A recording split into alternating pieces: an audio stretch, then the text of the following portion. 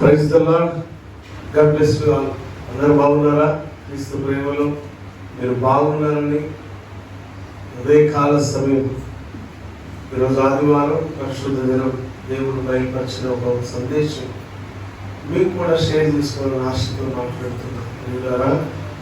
ప్రభువైన యేసుక్రీస్తు ఒక మంచి సమర్పణ కలిగి ఉన్నారు. శరీరానుసారం చూస్తే క్రీస్తు సమర్పణ అది ఎంత భయంకరమైనదో, త్యాగము. ఆత్మానుసారం చూస్తే అది ఎంత అద్భుతమైనదో. ఈ రెండింటికి ఉన్న వ్యత్యాసం కొన్ని మాటలు మనం నేర్చుకున్నాం. మార్కు సువార్త. నేను ఎన్నోసార్లు చెప్పాను, బైబిల్ చదివేటప్పుడు స్త్రీలు అయితే ఖచ్చితంగా ముసుగు వేసుకోవాలి, ముసుగు వేసుకోవాలి. పురుషులైతే చక్కగా శ్రద్ధతో పెళ్ళ తీసుకొని చక్కగా వాక్యాలు ఇద్దరు రాసుకొని వాక్యం కరెక్టే కదా దైవం చెప్పేది పరిశీలన చేసుకొని ఆ వాక్యానుసారంగా జీవించడానికి ఇష్టపడాలి. మార్కు సువార్త 8వ అధ్యాయం 34-35 వచనాలు ఈరోజు మనం ధ్యానం చేయబోతున్నాం. 34-35 వచనాలు. నేను చెప్పాను, శరీరానుసారంగా చూస్తే ఎంత భయంకరమైనదో, బట్ ఆత్మలో చూస్తే అది ఎంత అద్భుతమైనదో. నువ్వు శరీరానుసారమైన కోణంలో బ్రతుకుతావా, ఆత్మానుసారమైన కోణంలో బ్రతుకుతావా? మార్కు సువార్త 8వ అధ్యాయంలో యేసు ప్రభువు చెప్తున్న ఒక గొప్ప సందేశం, ఒక మంచి మాటలు మనం విందాం ఈ సమయంలో. చూడండి, 34వ వచనం. అంతటా ఆయన తన శిష్యులను, ఎవరెవరినంట? తన శిష్యులను, జన సమూహములను తన యొద్దకు పిలిచి, నన్ను వెంబడింపగోరువాడు తన్ను తాను ఉపేక్షించుకొని తన సిలువ ఎత్తుకొని నన్ను వెంబడించవలెను. తన ప్రాణమును రక్షించగోరువాడు దానిని పోగొట్టుకొనును. నా నిమిత్తమును సువార్త నిమిత్తము తన ప్రాణమును పోగొట్టుకున్నవాడు దానిని రక్షించుకొనును. చిన్న ప్రార్థన చేద్దాం. మహాగణుడా, మహోన్నతుడా, శ్రేష్టమైన నా యేసు ప్రభువా, నీ కొందనాలు అయ్యా. అల్పుడను, పురుగు వంటి వాడను, నా నోట నీ మాట ఉంచండి స్వామి. ఈ ఆత్మచేతనను నడిపించి నీ బిడ్డలకు కావలసిన శుభవర్తమానము మీరు అనుగ్రహించమని యేసయ్య శ్రేష్ఠ నామమున అడుగుచున్నాను తండ్రి, ఆమేన్. చూడండి, ఇక్కడ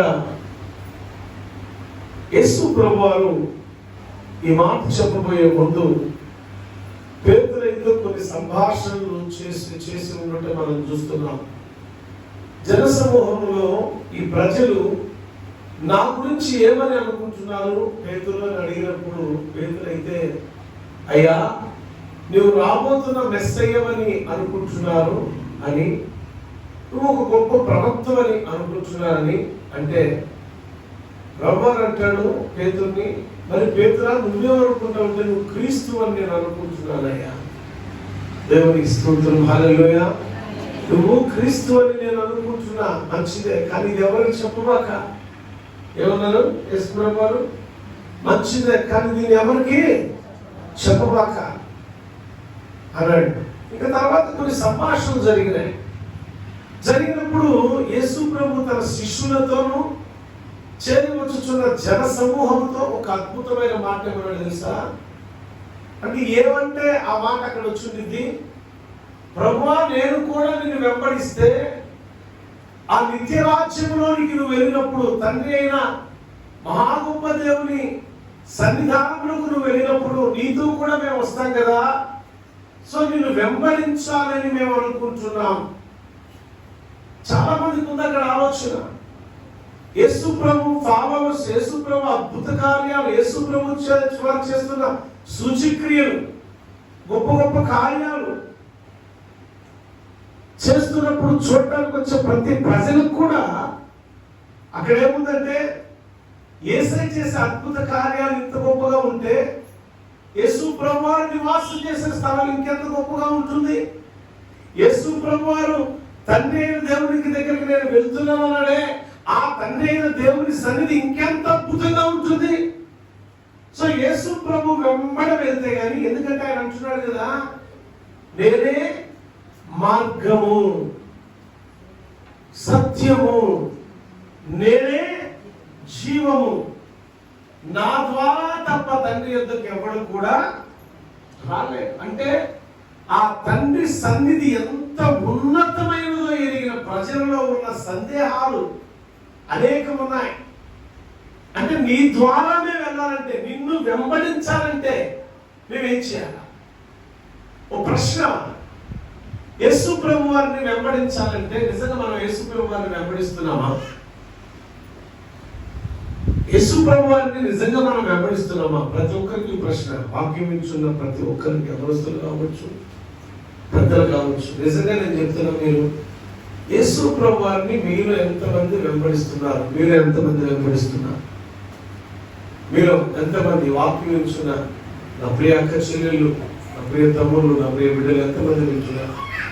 అంటే యేసు ప్రభుని ఎంతమంది మేము ఫాలో అవ్వాలి, వెంబడించాలి, ఖచ్చితంగా యేసు ప్రభుని నేను ఉండాలి అని ఎంతమంది అనుకుంటున్నారు? నేనంట ఇన్నాళ్ళు మనం కొనసాగించిన ఈ భక్తి గల జీవితం అంతా కూడా వేషధారణ అనిపించింది. మన భక్తి గల జీవితం ఎట్లా అంటే వేషధారణ కలిగిన భక్తి గల జీవితం. ఎలా చెప్పంటారా? అసలు నిజంగా మనం యేసు ప్రభుని వెంబడించాలి అనుకుంటే, నిజంగా యేసు ప్రభుని వెంబడించాలి అనుకునేవాడు మొట్టమొదట చేయవలసిన పని తనను తాను ఉపేక్షించాలి. చెప్పాలి ఏంటి? తనను తాను అంటే తన ఆలోచన విధానాన్ని విడిచిపెట్టాలి. తను చేయకూరుకున్న శరీరానుసారమైన కార్యాలతో ఏదైతే చేయాలనుకుంటాడో దాన్ని అంతా వదిలిపెట్టాలి. తనను తాను ఉపేక్షించాలని తన ఆలోచన విధానం, తనకు నడుస్తున్న ప్రవర్తన, జీవితం అన్ని కూడా వదిలిపెట్టాలి. తను జీవించే జీవితాన్ని వదిలిపెట్టాలి. పరలోక పట్టణంలో ప్రవేశ ద్వారం దొరకాలంటే ఆషామాష కాదు. మరి ఎలా దొరికిందనేది తనను తాను వదిలిపెట్టుకోవాలి. నేను కాదు పౌలు అన్నాడు కదా, నా యందు క్రీస్తు మాత్రమే బ్రతికి ఉన్నాడు. బ్రతుకుచున్నది నేను కాదు. మరి ఎవరయ్యా పౌల బ్రతుకుతున్నది అంటే పౌలు అన్నాడు, నా యందు క్రీస్తు బ్రతుకుచున్నాడు. దేవునికి స్తోత్రం చెప్తాం. హల్లెలూయా. యేసు క్రీస్తు నా యందు బ్రతుకుచున్నాడు. ఆయన ఉండబట్టే నేను బతికి ఉన్నాను. అంటే ఎందుకోసం అంటే జీవించుచున్న ఈ జీవితం నా కోసమైతే కాదు కానీ దేని కొరకు? క్రీస్తు నామమును మహిమపరచుట కొరకు మాత్రమే తనను తాను ఉపేక్షించుకున్నాడు. ఏంటి ఉపేక్షించుకున్నది? పౌరులో ఉపేక్షించుకున్నది, విడిచిపెట్టిన లక్షణాలు ఏంటంటే కొన్ని అధికార వ్యామోహాలు కలిగి ఉన్నవాడు. పేరు ప్రఖ్యాతులు కావాలని కోరుకున్నాడు. పౌరులు కోరుకోలేదా? అధికార దాహంతో ప్రధాన యాజకులు ఇచ్చిన అధికారమును చేపట్టుకొని ఎలా వెళ్ళాడు? దమస్కు పట్టణానికి ఆవేశంతో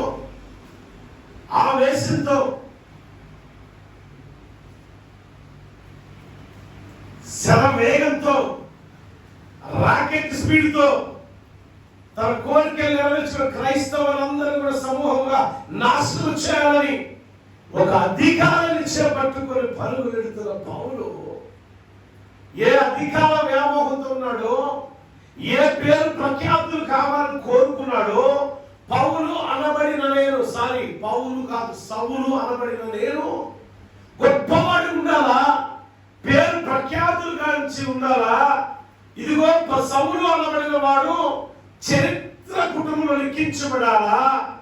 ఎన్నో రకాల ఆలోచనలు మనం కూడా అనుకుంటాం కదా. క్రైస్తవ జీవితంలో జీవిస్తున్న వాళ్ళు చాలా మంది ఏమనుకుంటారంటే నా పాట ఎంతో అద్భుతమని అందరూ అనాలి. కానీ పాపం పాట ఒక్కోసారి కుడికి ఎడమకి నేను పాడితే అక్కడ పరిగెత్తి అక్కడ సరిగెడుతూ ఉంటుంది. పాడాలి, వాళ్ళ దృష్టిలో బాగా పాడుతున్నారు అనుకుంటారు. ఎవరో ఒక ఆత్మచరింది, ఎంత బాగా పాడేవక్క, గొంతు అసలు కోకిల్లా ఉందంటే చాలా అసలు. అసలు ఎట్టి పరిస్థితులు వదిలిపెట్టలేక. ఆ అక్క ఎప్పుడు వచ్చిందో నన్ను పొగడతాను కానీ మనం చూస్తా ఉంటాం. ఏంది ఇంకా అక్క నువ్వు రాలేదనేది చూస్తాను నీకోసం ఇది పొగిడించుకోవడానికి. కానీ ఇది వదిలిపెట్టాలా? యేసు ప్రభు నువ్వు వెంబడించాలంటే ఏం వదిలిపెట్టాలి? ఇప్పుడు నీకు కావలసిన పేరు కాదు ఇక్కడ. ఎవరి పేరు స్మరించాలి, ఎవరి పేరుతో మనం బ్రతకాలి, ఎవరి నామంలో మనం జీవించాలి అంటే ఒకే ఒక్క నామం, అది యేసుక్రీస్తు నామం. చెప్పబడి తెలుస్తుందాం. నువ్వు బ్రతికితే క్రీస్తు కోసం బ్రతకాలా, చచ్చిపోతే క్రీస్తు కోసం చచ్చిపోవాలా. నిజంగా ఆయన వెంబడించాలనుకునేవాడు, నిజంగా వెంబడించాలి అనుకునేవారు వేషధారణ కలిగి ఉండరండి. అంటే పైకి ఉంటే లోన ఉండి జీవించాం. నిజంగా క్రీస్తుని వెంబడించాలనుకునేవాడు పాపములకు బానిసై ఉండడు, శరీర క్రియలకు బానిసై ఉండడు. నిజంగా క్రీస్తుని వెంబడించాలనుకునేవాడు వాడిలో ప్రతి క్రియ క్రీస్తు నామాన్ని మహిమపరిచే రీతిలో ఉంటుంది. నిజంగా మీరు నన్ను వెంబడించాలనుకుంటే తనను తాను నన్ను వెంబడించబోడు వాడు. మత్తయి సువార్తలో 16వ అధ్యాయంలో ఒక అద్భుతమైన మాటను చూడండి. 24వ వచనం. మత్తయి సువార్త 16వ అధ్యాయం 24వ వచనంలో ఏమని అంటున్నాడు? అక్కడ ఏమంటున్నారు? యేసు ప్రభువు ఇంకా స్పష్టంగా కనబడుతుంది అక్కడ చూడండి. అప్పుడు యేసు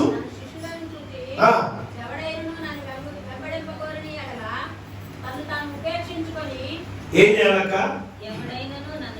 ఆయన వెంబడించాలంటే ఏం చేయాలి చెప్పండి? అబ్బా, మొట్టమొదట ఉపేక్షణాన్ని కోరి చెప్పినాను మీకు. తనను తాను ఉపేక్షించుకోవాలి అంటే ఇప్పుడు నేను చెప్తున్నా, సహదేవ్ అనబడిన నేనున్నా, నాకు ఒక ఆలోచన ఉంటుంది. నా భార్య పట్ల, నా పిల్లల పట్ల, నా సంఘం పట్ల, లేక నా అన్నదమ్ముల పట్ల. లేదు అంటే ఇంకా చెప్పాలంటే నా సొంత సెల్ఫిష్, నా సొంతగా ఈ శరీరం, ఈ దేహం, ఈ మనిషి, ఈ సహదేవ్ అనబడిన ఈ వ్యక్తి, లేదా పలానా సుబ్బారావు అనబడిన వ్యక్తి, పలానా అజయ్ అనబడిన వ్యక్తి, పలానా విజయ్ అనబడిన వ్యక్తి, పలానా డేవిడ్ అనబడిన వ్యక్తి ఎలా ఉండాలని కోరుకుంటాడంటే ప్రపంచ నేత్రాలన్నీ కూడా నా వైపే చూడాలని కోరుకుంటాడు. అనుకుంటాడా లేదా? అనుకుంటారా లేదా? అబ్బా, ఈరోజు ప్రసంగం అంత అద్భుతంగా ఉందంటే అని అనిపించుకోవాలని తపన పడతా ఉంటాడు. కానీ వాక్యం నేను చదువుతున్నప్పుడు, ఈ వాక్యాన్ని ధ్యానం చేసినప్పుడు మార్నింగ్ నాకు ఏమనిపించింది తెలుసా? నేను నేర్చుకున్న పాఠం ఏంటంటే, తనను తాను ఉపేక్షించుకున్నవాడు ఆలోచన విధానమైన, శరీర క్రియలతో కూడుకున్న విధానమైన, మన తలంపులతో కూడుకున్న విధానాలైనా అన్ని కూడా విడిచిపెట్టాలి. ఎందుకు అంటే ప్రభు అంటాడు యెషయా గ్రంథంలో ఒక అద్భుతమైన మాట ఏంటంటే, యు ఆర్ మై ప్రాపర్టీ అంటాడు. నువ్వు నా సొత్తు అంటాడు. అంటే మనము దేవుని సొత్తు అయి ఉన్నప్పుడు, దేవుని యొక్క ఆస్తి అయి ఉన్నప్పుడు, ఈ ఆస్తి మీద అధికారం ఎవరికి ఉంటుంది చెప్పాలా? ఎవరికి? దేవుడికి ఉంటుంది. ఉంటుందా లేదా? మరి ఈ ఆస్తిని దేవుడిది అయి ఉన్నప్పుడు, ఈ ఆస్తి, ఈ ప్రాపర్టీ, ఈ దేహము దేవుడిది అయినప్పుడు అపవిత్రంగా ఉంటుందా, పవిత్రంగా ఉంటుందా చెప్పాలా? పవిత్రంగా ఉండాలా? నిజంగా ఆలోచన. నేను ఒక్కసారి కళ్ళు మూసుకొని, ఈ దేహం అంటే నా దేహం దేవుని సొత్తు కదా, ఇది దేవుని సొత్తు అయిన ఈ దేహంలో ఆలోచన చూడండి, కన్ను దృష్టి చూడండి, తలంపులను చూడండి, మనం వింటున్న మాటలు ఒకసారి అబ్జర్వేషన్ చేసుకోండి. హృదయం పరుగులెడుతున్న హృదయపు తలంపుల గురించి ఆలోచన చేయండి. అన్ని కూడా పాపమైనప్పుడు దేవుని సొత్తుని మనం ఎంత అపవిత్రపరుస్తున్నాం ఒక్కసారి ఆలోచన చేయండి. నిజంగా మనల్ని మనం ఉపేక్షిస్తున్నామా? దేవునికి అవమానకరంగా మనం జీవిస్తున్నామా? తనను తాను ఉపేక్షించుకునే వాడు క్రీస్తు కొరకు మాత్రమే బ్రతకడానికి ఇష్టపడతాడు. తనను తాను ఉపేక్షించుకున్నవాడు క్రీస్తు నామాన్ని మహిమపరచడమే ఇష్టపడతాడు. తనను తాను ఉపేక్షించుకున్నవాడు ఏ మాత్రం కూడా తనకు పేరు ఇష్టపడ్డాడు. తనను తాను ఉపేక్షించుకున్నప్పుడు మా పాస్టర్ గారు అనేది కదా, అయ్యా జాగ్రత్త, నోరు జాగ్రత్త. ఎందుకు నోరు జాగ్రత్త అంటే కొన్ని విషయాలు ఇతరులతో సాక్ష్య రూపంలో నేను పంచుకునేటప్పుడు, ఏయా నువ్వు ప్రార్థన చేస్తే దేవుడు ఆ కార్యం చేశాడు, ఈ కార్యం చేశాడు, నువ్వు ప్రార్థన చేయగల జరిగింది అనే పదాన్ని ఇప్పుడు నువ్వు వాడమాక. ప్రార్థన చేసినప్పుడు దేవుడు కార్యం చేశాడు అనే పదం వాడు. ఎందుకంటే అక్కడ మన పేరు రాకూడదు.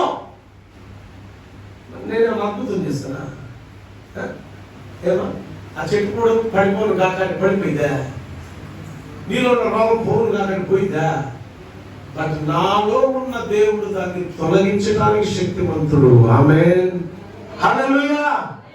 ఎప్పుడైతే నా అనుకున్నది మనం తీసి పక్కన పెడతామో క్రీస్తు మనలోనికి వస్తాడు. అప్పుడు పరిశుద్ధంగా ఉంటుంది. ఏం పరిశుద్ధంగా ఉంటాయి?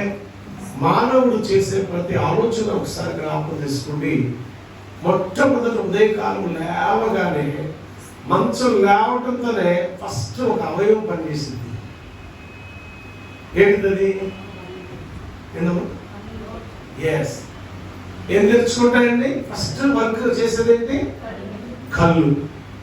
నిద్ర నుంచి లేవగానే కళ్ళు తెరవగానే, ఈ కాలంలో చాలా మంది పిల్లలు ఏం చేస్తున్నారు తెలుసా? కళ్ళు తెరవడం ఆలస్యం. ఏం చదువుతున్నారు? ఫోన్. ఇది పిచ్చి అయిపోయింది. ఫోనే జీవితం, ఫోనే సర్వస్వం, ఫోనే. ఎవడు ఈ ఫోన్ సృష్టించినోడు అంటే ఒక మనుష్యుడు. ఫోన్కి ఇచ్చిన ప్రాధాన్యత మనిషికి ఇవ్వటల్లా, ఫోన్కి ఇచ్చిన ప్రాధాన్యత తల్లిదండ్రులకి ఇవ్వటల్లా, ఫోన్కి ఇచ్చిన ప్రాధాన్యత నిన్ను కన్నవారికి, నిన్ను పెంచిన వారికి ఇవ్వటల్లా, నిన్ను పోషించే వారికి ఇవ్వటల్లా, నీకు బ్రతుకునిచ్చే దేవుడికి ఇవ్వటం. కళ్ళు తెరవగానే ఏం పట్టుకుంటున్నారు పిల్లలు? ఈ మధ్య ఫ్యాషన్ ఏంటి తెలుసా? పిల్లలతో పాటు తల్లిదండ్రులు కూడా పట్టుకుంటున్నారు. కొందరు, అందరు కాదు, కొందరు. ఆయన అంటాడు పనికి వెళ్ళేది ఈయన మర్చిపోతాడు, ఇంట్లో అన్నం కూర వండి పెట్టేది ఏమో మర్చిపోతుంది. అంటే వీళ్ళ అంటే ఫస్ట్ మంచం మీద నుంచి లేచినప్పుడు మన కళ్ళు ఎక్కడికి వెళ్ళాలా చెప్పాలి. ఇప్పుడు మనలో చంపుకోవాల్సిన వాటి గురించి, అంటే ఉపేక్షణ అనే పదం గురించి నేను మాట్లాడుతున్నా. ఏ ఉపేక్షించాలి? ఇప్పుడు ఈ కళ్ళు మొట్టమొదట దేవుని వాక్యాన్ని చూడటానికి ఇష్టపడాలి. దేవుని స్తోత్రం, హల్లెలూయా. ఈ కళ్ళు తర్వాత చేసేది ఏంటి తెలుసా? నోరు. ఆ తర్వాత ఈ మూడు ఏం చేయాలి తెలుసా? సమర్పణ దేవునికై సమర్పించాలి. ప్రభువా, మంచం మీద నుంచి ఎంతమంది లేపబడ్డారు ఈరోజు? ప్రపంచవ్యాప్తంగా ఉదయకాలమే మంచం మీద నుంచి లేపబడిన వ్యక్తుల్లో దేవుడు మనం ఉంచినందుకు దేవునికి ఏం చెప్పాలి? మనం చెప్పామా? మర్చిపోతాం కదా, మర్చిపోతాం. అరే, జీవాన్ని ఇచ్చే దేవుణ్ణి మర్చిపోతున్నావు, బ్రతికించే దేవుణ్ణి మర్చిపోతున్నావు, నీ బ్రతుకునే మార్చే దేవుణ్ణి మర్చిపోతున్నావు. ఈరోజు మా అక్క రాలేదే, పాపం మంచానికి అంకితమైంది, చీటకి రాలేదుగా, అట్టనమాట. మర్చిపోతున్నావు. ఏంటి ఈ మర్చిపోవటం? ఏంటి? నేను బతికించే దేవుడిని మర్చిపోయినప్పుడు దేవుడు నిన్ను మర్చిపోతాను. కొంత మంచం మీద నువ్వు జరుగుతావా? వెళ్తావమ్మా? మరి నువ్వెందుకు మర్చిపోతావు? ఇప్పుడు వాక్యం చెప్తుంది, ఈ బాడీ ఎవరు సొత్తు అంట? ఈ దేహము. యు ఆర్ మై ప్రాపర్టీ, నీవు నా సొత్తు అంటున్నాడు దేవుడు. ఈ దేవుని సొత్తు అయి ఉన్న ఈ దేహంలోని అవయవాలు ఇప్పుడు దేనికి పనిచేస్తున్నాయి చెప్పండి ఒకసారి? కళ్ళు సెల్ ఫోన్ పనిచేస్తున్నాయి, నోరు పాపం మాట్లాడటానికి పనిచేస్తున్నాయి, చెవులు పాపపు ఆలోచనలు వినటానికి పనిచేస్తున్నాయి. కానీ ఉదయకాలం మంచం మీద నుంచి లేవగానే వీటన్నిటిని ఉపేక్షించి సెల్ ఫోన్ తీసి పట్టుబడి నోరు దేవుని స్తుతించు, మోకాలు నుంచి ప్రభువా నూతనమైన జీవితం నాకు ఇచ్చామని ప్రార్థన చేయడం ప్రారంభించు. దేవుడు ఏం చేస్తాడు తెలుసా? ఆకాశమందు ఆసీనుడైన దేవుడు ఆయన నేత్రాలు నీ మీద నిలిపి ఉంచుతాడు. దేవుని కన్నులు నీపై అలా ఉండిపోతాయి. ఎందుకు తెలుసా? ఆ ఉదయకాలంలో చేసిన ప్రార్థన రాత్రి తిరిగి గృహం చేర్చేంత వరకు కూడా ఆశీర్వాదకరంగా మార్చబడతాయి. ఆమేన్, హల్లెలూయా. చూడండి, మత్తయి సువార్త 16వ అధ్యాయం 24వ వచనంలో రాయబడిన మాట, నన్ను వెంబడించాలి అని నువ్వు అనుకుంటే నీ శరీర క్రియలను చంపేయాలా? ఏం చేయాలా? ఏమా? నీ శరీర క్రియలను చంపివేయాలి. అందుకే ఆ మాట చూడండి, ఏమో రాయబడిందో, నన్ను వెంబడించబోరు వాడు చూచి ఎవడైనా సరే నన్ను అంటే ఈయన వెంబడిస్తే ఉపయోగం ఏంటి? ఎక్కడికెళ్తాడు ఈయన వెంబడించేవాడు? చెప్పాలా? గ్రామవంతులు చెప్తారు. ఈయన వెంబడించే వాళ్ళు ఎక్కడుంటారు అమ్మా? ఆయనతోనే ఉంటారు, ఆయన దగ్గరే ఉంటారు, ఆయనతో కలిసి ఆయనతో ఉంటే ఏమేమి కొనుక్కుంటాం మనం?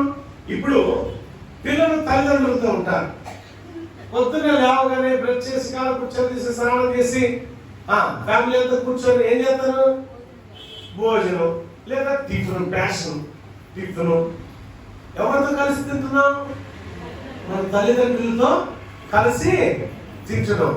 ఇప్పుడు యేసయ్యతో ఉంటే మనందరం ఆయన వెంబడిస్తే, ఆయనతో ఉంటే ఎవరితో మనం భోజనం చేస్తాము అమ్మా? యేసయ్యతో భోజనం చేస్తాం. మనం తినే ఆహారంలో ఉన్న కల్తీ నూనెలు ఉన్నాయి. మనం తినే ఆహారం అంతా కల్తీయే, రోగాలు తెచ్చిపెట్టింది. ఈరోజు మానవుడు ఎక్కువ ఆయుష్కాలం బతకలేకపోవడానికి కారణం ఏంటంటే కల్తీ నూనెలు, ప్లాస్టిక్ బియ్యాలు, ప్లాస్టిక్ కోడిగుడ్లు, అంత కల్తీనే. జీవితమే కల్తీ. మనం కూడా ఏంటంటే ₹1 తక్కువ వస్తుంది ఈ నూనె ప్యాకెట్ అయితే, ఆడేమో 120 అన్నాడు, ఈ ₹40 అంటున్నాడు, ఇది ₹60 అంటున్నాడు, ₹20 ప్యాకెట్ తీసుకురయ్యా. వాడు దాంట్లో ఏం కలిపాడు మనకు తెలియదు. కానీ నూనె ఎంత అవుతుందంటే మనకి ₹60. 120 గొప్ప, 60 గొప్ప, 120 గొప్ప. ఆ గొప్పని మనం కొనలేం కాబట్టి ఏం చేస్తాం? ఇంకొంతమంది ఏం చేస్తారు తెలుసు? ఆరోగ్యం బాగుండాలని చక్కగా గానుగ నూనె దగ్గరికి వెళ్ళి వేరుశెనగ పప్పులు కొనుక్కొని ఆడించుకొని ఆ నూనె వంట చేసుకుంటారు. ఎందుకు తెలుసు? దాంట్లో కల్తీ లేదు. కొబ్బరి కోనసీమకి వెళ్తే మనం కొబ్బరికాయలు ఎండిపోయిన కొబ్బరి తీసుకొచ్చి చక్కగా గానుగులు ఆడించి ఆ నూనె తలకి కేరళ వెళ్తే అదే పరిస్థితి కదా, మంచి నూనె, అవునా? కానీ ప్రపంచమంతా మాటలో కల్తీ, క్రియల్లో కల్తీ, ఆలోచనలో కల్తీ, వస్తువుల్లో కల్తీ, ఆహార పదార్థాలు కల్తీ నాశనం చేస్తున్న మానవ జాతిని. కానీ దేవుడి దగ్గర ఆహారం అట్లా కల్తీ ఉండదండి. దేవుడితో మనం చేయబోయే భోజనం కల్తీ భోజనం కాదది, శ్రేష్టమైన భోజనం. ఆ శ్రేష్టమైన భోజనం చేస్తారు. అందుకే యేసు ప్రభువు వారు కొన్ని మాటలు చెప్పాడు ఇక్కడ, నన్ను వెంబడించాలంటే మొట్టమొదట వాడిని వాడు ఎవడైతే వెంబడించకూడదు వాడు తనను తాను ఉపేక్షించుకోవాలా. నెక్స్ట్ ఇంకోటి ఏంటంటే తన సిలువ ఎత్తుకొని మోసుకోవాలా. సిలువ ఎత్తుకొని మోసుకొనుట అనే పదానికి అర్థం ఏంటి తెలుసండి? సిలువ ఎత్తుకొని మోయటం అంటే యేసుక్రీస్తును వెంబడించేటప్పుడు ప్రాణం పోయే పరిస్థితులు వచ్చినా విశ్వాస జీవితంలో వెనుకడుగు వేయకుండా ఉంటాయి. అంటే సిలువ ఎత్తుకొని పోవటం అంటే మరణమైపోయే అంత పరిస్థితులు వచ్చినా, మరణమే రుచి చూడవలసిన పరిస్థితి వచ్చినా వెనక్కు తగ్గని ధైర్యముతో, కొంచెమున్న విశ్వాసం సడలింపు లేకుండా ముందుకు అడుగు వేయటమే. శ్రమైనా, మరణమైనా, కష్టమైనా, అది బాధైనా, హింసైనా క్రీస్తు కొరకు భరించే తత్వం మనలో ఉండాలి. ఆయన వెంబడించాలంటే ఆశమాష కాదు. ఇవన్నీ పెట్టుకుంటే మనం వెంబడించలేం. ఏం పెట్టుకుంటే? కానీ ఒక ఆయన వెంబడించాడు. ఏం పెట్టుకుంటే అంటే తనను తాను ఉపేక్షించుకుంటారా? ఉపేక్షించుకోలేదు. మరి ఏంటి అంటే ఉపేక్షించుకొని క్రీస్తు యొక్క ప్రేమను రుచి చూసి క్రీస్తు కొరకు తన ప్రాణమునే త్యాగం చేసిన మహాభక్తుల గురించి 2 మాటలు చెప్పి ముగిస్తాను మీకు. ఆయన పేరు స్టెఫన్. బహుశా ఇతను ఏ కాలం అంటే ఎవరి సమయంలో దేవుని తట్టు తిరిగాడో పూర్తి వివరాలు తెలియదు. కానీ కొందరు అంటారు 70 మంది యేసు ప్రభుని వెంబడించిన శిష్యుల్లో 70 మంది ఒక చోట ఉంటారు. 12 మంది కాదు, తర్వాత 70 మందిగా శిష్య బృందం పెరుగుతారు. వారిలో ఒకడే ఉండొచ్చు అంటారు. మరికొందరు అంటారు అపోస్తుల పరిచర్య ప్రారంభ దినాల్లో యెరూషలేములో గొప్ప పేరు ప్రఖ్యాతులు గాంచిన వాడిగా ఉండి వారి పరిచర్యలు అనగా అపోస్తుల పరిచర్యలో పట్టబడిన భక్తుడిన అంటారు కొందరు. ఏదేమైనప్పటికీ దైవభక్తి కలిగి యేసుక్రీస్తుని వెంబడించాలనుకొని స్టెఫను తనను తాను ఉపేక్షించుకున్నాడు. స్టెఫను జీవితంలో మనం చూసినట్లయితే ఉపేక్షించుట అనే పదాన్ని మనం మాట్లాడుతున్నాం ఎక్కువగా. ఉపేక్షించుట, సిలువ ఎత్తుకొని మోయిట, సిలువ మోయిట, ఉపేక్షించుకునుట, వీటి గురించి మాట్లాడుతున్నప్పుడు ఒక 2 మాటలు మీకు చెప్తాం. స్టెఫను జీవితం చాలా అద్భుతకరంగా చిత్రించాడు దేవుడు. యెరూషలేములో ఆయన ప్రారంభ దినాల్లో సంఘానికి చాలా పెద్ద తరహాగా పెద్ద మనిషిగాను సంఘంలో పేరుగాంచిన వాడిగా ఉన్నాడు. ఏంటి పదం చెప్పండి, నేను చెప్పిన పదం. చాలా పెద్ద మనిషిగాను మరలా పేరు ప్రఖ్యాతులు గాంచిన వాడు, పేరు కలిగిన వాడు. అంటే కాస్త కూస్త మాటకారై ఉండొచ్చు. ఆయన పేరు దాదాపు అందరికి నోటెడ్ అయి ఉండొచ్చు ఆ ప్రాంతంలో. అలాంటి అంటే సమాజంలో సొసైటీలో పేరు కలిగినోడు తనకు పేరు రావడం కంటే క్రీస్తు పేరు ప్రకటించడం మేలు అనుకున్నాడు. దేవునికి స్తోత్రం, హల్లెలూయా. ఈ పరిచర్యలో పాపం ఆయన అపోస్తలుల ద్వారా అభిషేకించబడి సంఘములో పెద్దలు ప్రార్థన చేసి ఆయన పరిచర్యకు పంపిస్తే అపోస్తల కార్యాల గ్రంథం 6వ అధ్యాయం నుంచి 8వ అధ్యాయం వరకు ఆయన గురించి రాయబడిన కొన్ని మాటలు. అపోస్తలు సంఘంలో కొంతమంది పెద్దల్ని ఎన్నిక చేసి ఆ ఎన్నిక చేయబడిన పెద్దల్లో ఒక స్టెఫను కూడా ఉన్నాడు. పెద్దలందరూ చేతి నుంచి ప్రార్థన చేస్తే పరిశుద్ధాత్మ అభిషేకంతో నింపబడ్డాడు. మనలోనికి దేవుని ఆత్మ రావాలంటే మనం దేవుని సొత్తైన ప్రజలుగా ఉండాలి. దేవుని ఆత్మ మనలోనికి రావాలంటే మనలో ఎంత మాత్రం పాపం అనేది కనిపించలే. భూతత్వాలు పెట్టి వెతికినా కానీ సూక్ష్మజీవులు కనిపించట్లేదు అన్నట్టు ఎంత వెతికినా ఇంత పాపమైనా కనిపించకుండా ఉండాలి. ఇంత పాపం కూడా మనలో లేకుండా ఉండాలి అంటే మొట్టమొదట శరీరానుసారంగా ఆలోచన ప్రకారం, తలంపుల ప్రకారం, క్రియల్లో కానీ, ప్రవర్తనలో కానీ, నడకలో కానీ, పడకలో కానీ ప్రతి దానిలో ఓ శరీరానుసారంగా స్టెఫను జీవితాన్ని విడిచిపెట్టేశాడు. స్టెఫను ఆలోచన విధానాన్ని విడిచిపెట్టాడు. స్టెఫను ప్రవర్తన విధానాన్ని విడిచిపెట్టాడు. మరి ఎలా బతికాడయ్యా? అన్ని వదిలిపెట్టి ఏం చేశాడంటే క్రీస్తుకు మాత్రమే బానిసైపోయాడు. అంటే క్రీస్తుకు మాత్రమే లోబడేవాడి ఉండాలి. క్రీస్తు మాత్రమే అతని యందు ఏలుబడి చేయించున్నాడు. క్రీస్తు తప్ప మరొకటి లేనే లేదు తన జీవితంలో. అంటే తన యొక్క శరీరానుసారమైన పేరు ప్రఖ్యాతులు, తన సంఘంలో పెద్దకున్న విధానము, అటన్నిటిని విస్మరించేశాడు. అవన్నీ నాకు అక్కర్లా. ఎవరైనా అమ్మ నీకు మంచి పేరు వస్తుంది కదా, నువ్వు గొప్పదానివి కదా అంటే ఆ పేరు పలానా కూడా చెడగొడుతున్నాడు అని మనం బాధపడతాం.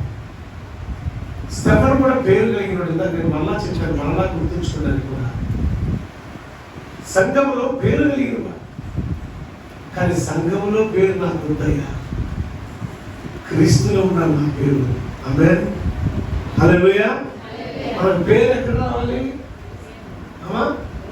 దేవుని జీవ గ్రంథములో మన పేరు లిఖించబడాలని కోరుకున్నవాడు లోకంలో మన పేరు కావాలని కోరుకో. మైకులో నా పేరు చెప్పాల పాస్టర్ గారు అనేవాళ్ళు ఉంటారు, పొరపాటు మర్చిపోతారు. ఏమండి, నేను అంత గొంతెత్తుకొని పాటలు పాడి అలసిపోయి సమస్యలు పోతే అంతసేపు డ్యాన్స్ చేస్తే డ్యాన్స్ చేసిన వాళ్ళందరి పేర్లు చెప్పాడు, ఒక్కదాని పేరే చెప్పాల పాస్టర్ గారు. ఎంత అన్యాయం చేశాడు. నీకు ఆ పేరు కావాలా? పేరు నేను కొనుక్కొచ్చి ఇచ్చా, పేరు రాస్తానన్నాడు. వద్దు, రాసిన తీసుకెళ్ళాను నేను. నిజం కాదే కదా. వద్దు నాయన, నా ఫ్యాన్ నువ్వు లేదు బాబా, నువ్వు నాకు కాదు ఇచ్చేది దేవుడికి. అది దేవుడే నీకు బ్రతుకులిస్తే ఆయనకు నువ్వు ఫ్యాన్ ఇచ్చారని రాస్తానంటావేంటి అన్న. వెంటనే దాన్ని విరమించుకుంటా. నేను రాయను అన్నాడు. ప్రార్థన చేశాను అన్నాడు. స్టెఫెను కూడా సంఘములు అంత పేరు కలిగిన వాడు, సమాజంలో అంత పేరు ప్రఖ్యాతలు కలిగిన వాడు, మాటకారి, పెద్ద. అలాంటి అయినా తనను తాను ఉపేక్షించుకొని తన సిలువెత్తుకొని మరణకరమైన శ్రమను అనుభవిస్తూ రాళ్లతో కొట్టబడుతున్నప్పుడు మన పౌలు, అపోస్తలుడైన పౌలు ప్రక్కన ఉన్నాడంట. స్వార్థ చెప్తే అంత అద్భుతమైన మాట తెలుసా? రాళ్ళ దెబ్బలు దెబ్బ మీద దెబ్బ కొడుతుంటే ఆ దెబ్బలకి వాపులు వచ్చి బొబ్బలు కట్టిపోయి ఆ బొబ్బలు చితికిపోయి శరీరం అంతా రక్తసిక్తమైపోయి ప్రాణము ఉన్నదా లేనట్టుగా ఉన్న పరిస్థితుల్లో కూడా మరణమయ్యేంతగా శ్రమను అనుభవించి యేసు మాత్రమే నాలో జీవించి ఉన్నాడు కానీ మరొకటి కానే కాదని రూఢిపరిచిన మహా గొప్ప భక్తుడు స్టెఫెను. ఆమేన్, హల్లెలూయా. మనం కూడా భక్తులమే. మరణమయ్యేంత పరిస్థితి క్రీస్తులో మనకు వచ్చినా యేసు ప్రభువు మాట ఏంటంటే, నా నిమిత్తము స్వార్థ నిమిత్తం, మార్కు సువార్త 8వ అధ్యాయము 34-35 వచనాలు చదువుకున్నాం. నా నిమిత్తం స్వార్థ నిమిత్తం ప్రాణములు పోగొట్టుకున్న వారు తిరిగి దాన్ని సంపాదించుకును. ఏం చేస్తారంటండి? ప్రాణమును ఏం సంపాదించుకుంటారంట? క్రీస్తు కోసం, క్రీస్తు సువార్త కోసం ప్రాణం పెట్టిన వాడు తిరిగి చెప్పాలని ఎవరున్న వాళ్ళు అర్థం కాలేదా? అంటే మీరు ఎక్కడో ఉన్నారన్నమాట. వాక్యం ఏం చెప్తుంది? నా కోసం, స్వార్థ కోసం ప్రాణం పోగొట్టుకుంటే తిరిగి దాన్ని చెప్పాలా? పెద్దగా ఇళ్ళ దగ్గర మాట్లాడతామే బాగా. తిరిగి దాన్ని అంటే నీ ప్రాణము సంపాదించుకోవాలంటే దాన్ని పోగొట్టుకోవాలి. అంటే మరణమయ్యేంత పరిస్థితి నీకు వచ్చినా సరే విశ్వాసములో ఎంత మాత్రం కుడికైనా ఎడమకైనా తొట్టిల్లకూడదు. మనం యేసుక్రీస్తుని వెంబడించాలని తీర్మానం చేసుకున్నాం. క్రీస్తు కోసం మనం బ్రతకాలని అనుకున్నాం. మరణమయ్యే పరిస్థితులు మనకు వచ్చినా సరే, ఎంత మాత్రం కూడా మరణమయ్యే పరిస్థితులు మనకు వచ్చినా, అయ్యో నేను మరణమైపోతున్నాను భయభ్రాంతులు గురైపోయి, మరణమయ్యే పరిస్థితి ఉంది నాకు, ఇలా చచ్చిపోతున్నా, యేసుక్రీస్తు వద్దు ఏమొద్దు అనుకుని పారిపోయే వాళ్ళగా మనం ఉండకూడదు. స్టెఫెను అలా ఉండాల. మరి ఎలా ఉన్నాడు? క్రీస్తు కోసం నా ప్రాణమైనా ఇస్తాను అనే త్యాగం. యేసుక్రీస్తు కోసం ప్రాణం ఇవ్వగలిగిన ఒక యోధుడు ఆ మొదటి శతాబ్దంలో ఉన్నాడు అంటే అది స్టెఫెనే. మొట్టమొదట హతసాక్షి స్టెఫెను. రాళ్లతో కొట్టబడి చంపబడ్డాడు, తిరిగి దాన్ని పొందుకున్నాడు. ఆ ప్రాణం పోయే ముందే, ఈ ప్రాణం పోయిన తర్వాత ఆయన ఎక్కడుంటాడో దర్శకుడు చూస్తున్నాడు. ప్రజలు అంటారు, ఏంట్రో పైకి చూస్తున్నామంటే స్టెఫెను అన్నమాట. ప్రాణం పోతూ కూడా, తండ్రి మీరేం చేస్తున్నారో మీరు ఎదురు వీరిని క్షమించండి అన్నాడు. ప్రాణం పోయే స్థితిలో ఆఖరిగా ఆయన మాటలు 2 మాటలు చెప్తాను మీకు. మీరేం చేస్తున్నారు మీకు తెలియదు, క్షమించండి. రెండో మాట, నా ప్రాణమును లేక నా ఆత్మను నీకు అప్పగిస్తున్నాను, స్వీకరించుకున్నాను. ఆ స్టెఫన్ ఆత్మ ప్రభు దగ్గర చూస్తే ఎలా ఉందంటే, ఓ నిష్కలంకమైన పావురమా అనే రీతిలో ఉంది. మనం క్రైస్తవ జీవితంలో జీవిస్తూ మనలో ఎన్ని రకాల లోపాలు మనకు ఉంటాయో మనకు తెలుసు. నేను అంటాను, ఒకసారి కాకపోతే ఒకసారైనా క్రీస్తుని వెంబడించాలని మనం ఆలోచన, ఒక దృఢ సంకల్పం కలిగి ఉన్నాం. కాబట్టి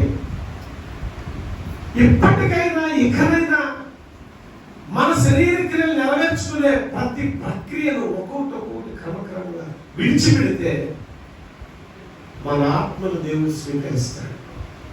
అప్పుడు యుగ యుగాలు క్రీస్తుతో కలిసి మనం బ్రతికి ఉంటాం. ప్రియులారా, ప్రాణాన్ని క్రీస్తు కొరకు పోగొట్టుకుంటే తిరిగి సంపాదించుకుంటాం.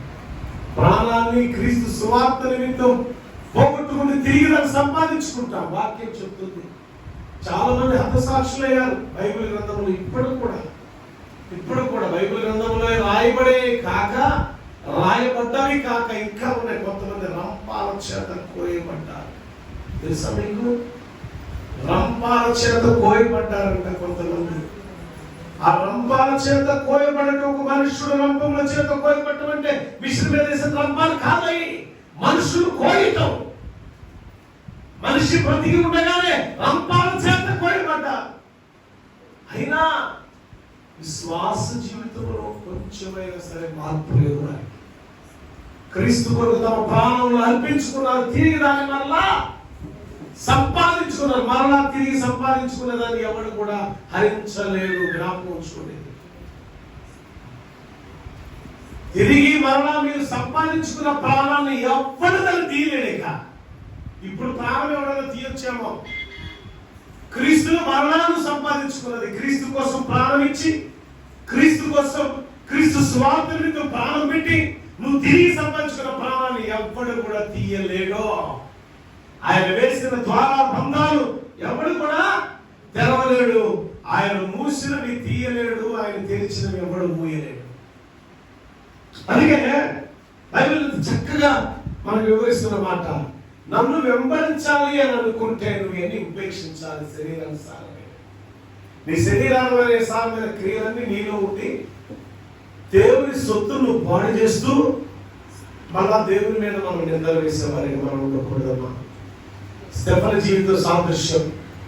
స్టెఫన్ ప్రాణము పోయేంత వరకు, ఆఖరి రక్త పొట్టు కారేంత వరకు, ఊపిరి ఆగిపోయి ప్రభు సన్నిధికి ఆత్మ చేరేంత వరకు కూడా ఎక్కడ కూడా స్టెఫన్ అయితే కొంచెమైనా మార్పు లేదు.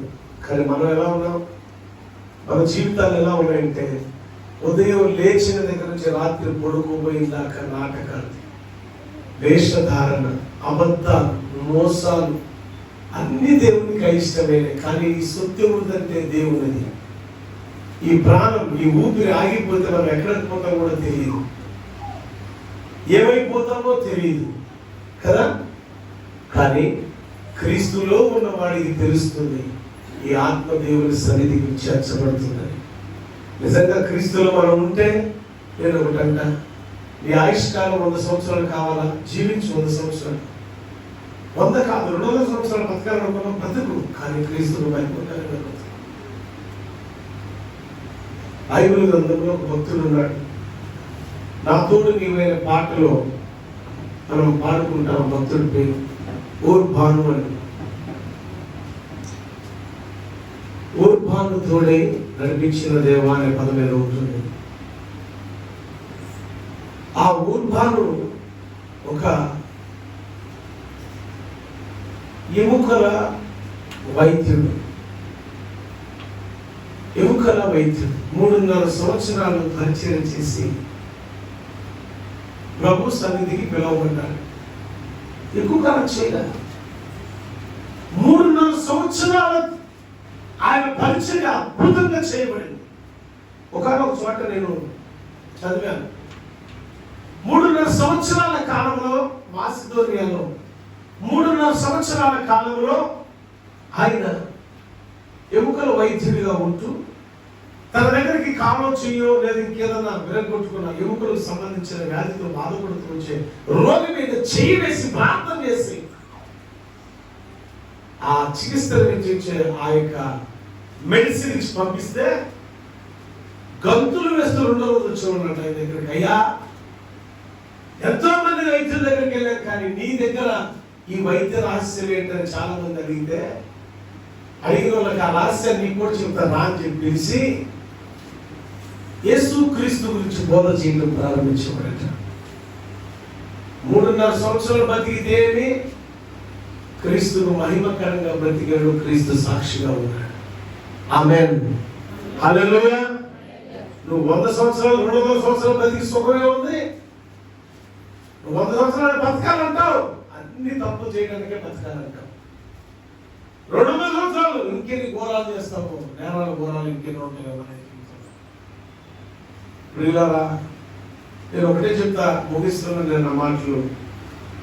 యేసుక్రీస్తు నిజంగా వెంబడించాలనుకుంటే ఎప్పుడైనా, ఇకనైనా, ఈ రోజైనా నిన్ను నీవు ఉద్దేశించడం నేర్చుకో. నీ క్రియలు, నీ ఆలోచనలు కరెక్ట్ కాదు, నువ్వు కరెక్ట్ అని అనుకుంటున్నావు. కరెక్ట్ అయితే క్రీస్తు సారూప్యత నీ యందు ఏర్పడుతుంది.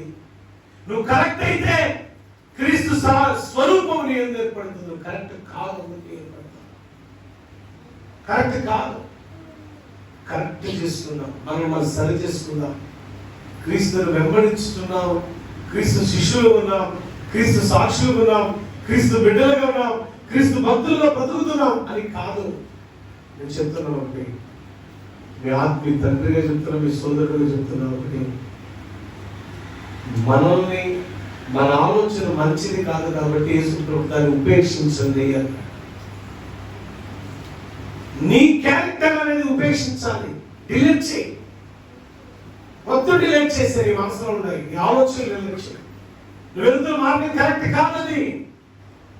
క్రీస్తు సాక్షిగా బ్రతుకు, క్రీస్తులో జీవించు, పరలోక రాజ్యంలో వారసుడిగా వారసులుగా బ్రతుకు. క్రీస్తును కలిగి ఉందాం, మన శరీర క్రియలను మన ఆలోచనలు ఉపేక్షిద్దాం. అంతేకాదు, మరణమయ్యే పరిస్థితులు మనకు వచ్చిన, అది కష్టమైన, కన్నీలైన, బాధైన, వేదైన, విశ్వాసంలో చెక్కుచెదరక విధేయులుగా కొనసాగిద్దాం.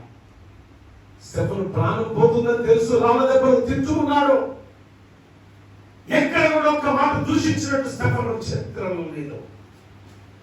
కనుక అద్భుతమైన చరిత్రకారుడు ఒక మాట ఏమంటాడు తెలుసా? స్టెఫను జీవిత కాలంలో ఆయన సువార్త ద్వారా ప్రకటించబడిన సువార్త ప్రకటించి ఆ ప్రకటించబడిన సువార్త ద్వారా పట్టబడిన ఆత్మల కంటే ఆఖరిలో ప్రాణం విడిచేటప్పుడు చేసిన ప్రార్థన ద్వారా పట్టబడిన ఆత్మలు అధికము తన జీవితంలో అన్నాడు.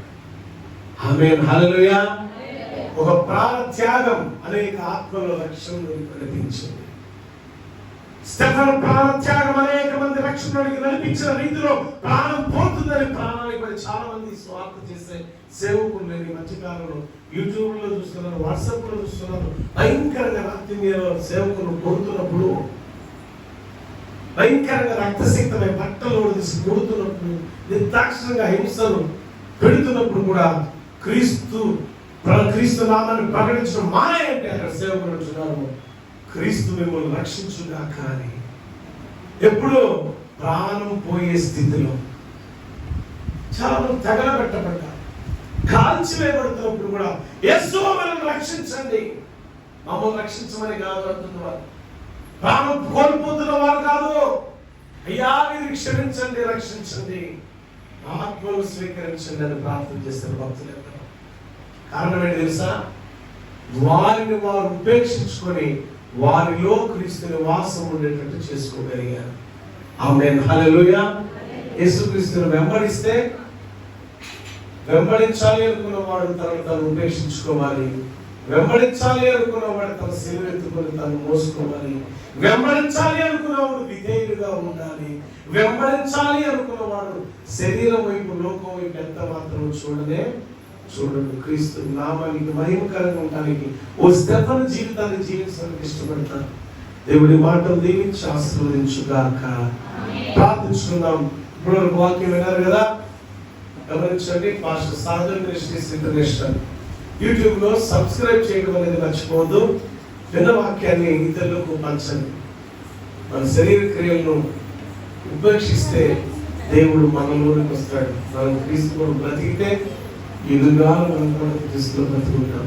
ప్రార్థన చేద్దాం. మహాగరుడ మహోన్నతుడా నీ స్తోత్రాలు. ఇప్పుడు బిడ్డలందరినీ దీవించి ఆశ్రయించిన కృపను వర్ధన చేయండి. తన ప్రాణమును నీ కొరకు తన ప్రాణం పోగొట్టుకున్నవాడు, నిస్వార్థ కొరకు తన ప్రాణమును పోగొట్టుకున్నవాడు తిరిగి సంపాదించుకున్నాడు. నిత్యరాజ్యములో ప్రభు నీతో కలిసి భోజనం చేయను. నిజమే కదా? ఇచ్చిన ధన్యతను దయచేయి. క్రైస్తవులు మనం చెప్పుకుంటూ, నేను వెంబడించే వారిని నీ భక్తులు మనం చెప్పుకుంటూ, భక్తిహీనుల క్రియలు మాలో సమృద్ధిగా ఉన్నాయి. క్షమించండి, మన్నించండి, మాలో ఒక నూతనమైన మార్పులు తీసుకుని రండి. సహాయం దయచేయండి. వచ్చిన బిడ్డలందరినీ దీవించండి. ఈ వాక్యం విలుచున్నప్పుడు ఎందరైతే బలహీనలు ఉన్నారో యేసు నామములో వారి బలహీనతలు తొలగిపోవును గాక. ఎందరు ఉద్యోగాల కోసం ఎదురు చూస్తున్నారో యేసు నామములో ఉద్యోగం అనుగ్రహించును గాక. ఎందరు వివాహాల కొరకు ఎదురు చూస్తున్నారో వారికి వివాహములు జరుగును గాక. ఎందరైతే మంచం మీదే రోగంతో బాధపడుతున్నారో ఇప్పుడే ఈ క్షణమే యేసు నామమున వారికి స్వస్థత కలుగును గాక. ప్రభువాని స్తోత్రాలు. కృప చూపండి, కరుణించండి, మేలుతో తృప్తిపరిచి మీరు మాకు అప్పగించిన పరిచర్యను 30 60 100 ఫలింపచేయమని యేసయ్య శ్రేష్ఠ నామమున అడుగుచున్నాను తండ్రి. Amen. God bless you all. దేవుని అందరిని దీవించును గాక.